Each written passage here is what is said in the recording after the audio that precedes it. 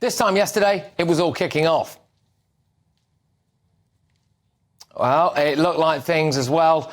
We're going to go from bad to worse for Rishi Sunak.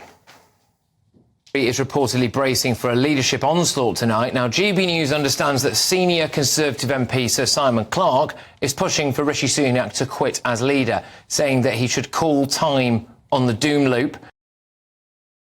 Well, then Christopher Hope joined me for this. There's talk tonight from two Tory MPs that a serving cabinet minister is on the verge of resigning in a move which could destabilise the Prime Minister.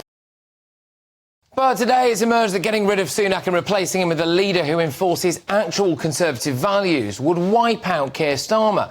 Bombshell YouGov polling of 13,000 voters reveals that voters in 322 constituencies in England and Wales preferred a new Tory leader over Starmer, who came out on top in only 164 seats.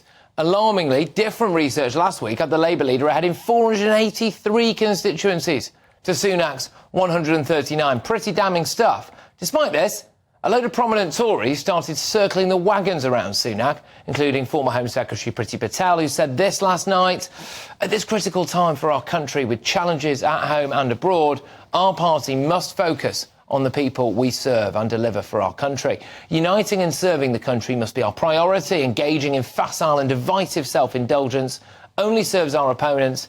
It's time to unite and get on with the job." All right. But Priti Patel was a prominent figure at an event at Tory party conference where big Tory donor and grassroots leader Lord Cruddas openly called for people to not support Sunak's Tories. And then Ben Wallace piped up as well. "My colleague Sir Simon Clarke is wrong. The way to win the next election is to tackle inflation and grow the economy."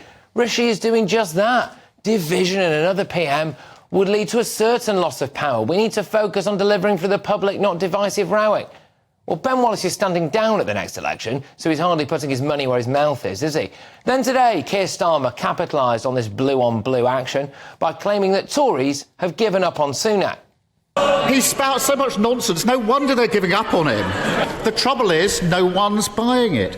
Does he actually understand why his own MPs say he doesn't understand Britain? Let's have a look at that election map again, shall we? On the right is if the Tories replace Sunak with someone who actually bothers to enforce Tory values, OK? That's what it would look like. I can now reveal exclusively here on GB News that Backbench Tory MPs are asking to change the rules so it would take 50% of backbenchers to challenge a sitting Prime Minister rather than 15% of the parliamentary party.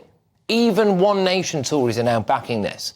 If the Tories have a straight choice between guaranteed electoral oblivion or one more roll of the dice, should they roll the dice?